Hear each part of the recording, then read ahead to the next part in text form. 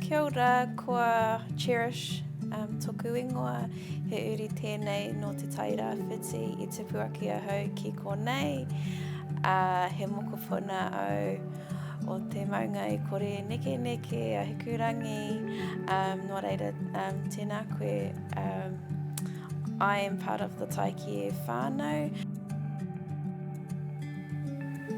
I heard about Taiki as being a place where other like-minded, creative, innovative people come and use this space to work from.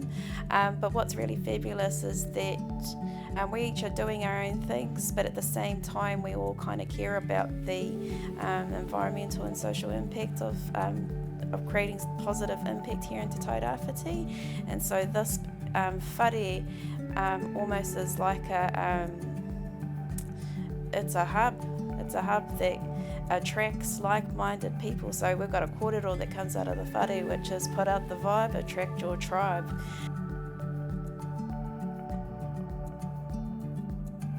My whakaaro around technology here in Tairāwhiti is that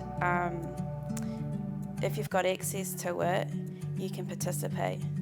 And so I would love to see that here. I'd love to see people from all walks of life having equal opportunity and access, because when you have that, then you have options. Technology and internet can open up so many doors.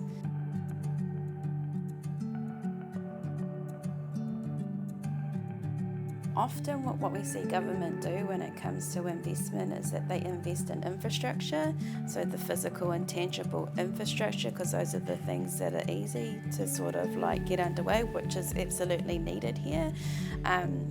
Some areas up the coast where I come from, connectivity is an issue. It's really bad, which then creates a barrier for those who live in those rural areas to be able to access and participate.